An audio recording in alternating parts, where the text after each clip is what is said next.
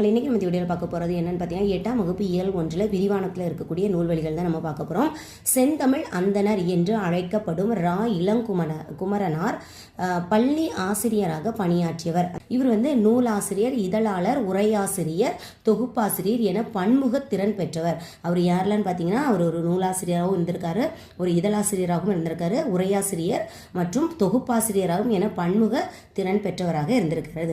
இவர் எழுதிய நூல்கள் என்னெல்லாம் அப்படின்னு பார்த்தீங்கன்னா, இலக்கண வரலாறு, தமிழிசை இயக்கம், தனித்தமிழ் இயக்கம் உள்ளிட்ட பல நூல்களை எழுதியுள்ளார். இது ரொம்ப ரொம்ப முக்கியமானது.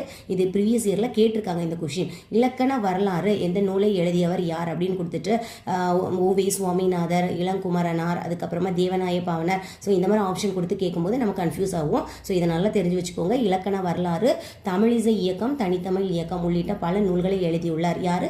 ரா இளங்குமரனார். தேவநேயம் என்னும் நூலை தொகுத்துள்ளார். எந்த நூலை அவர் தொகுத்துள்ளார் அப்படின்னா, தேவநேயம் என்னும் நூலை தொகுத்துள்ளார்.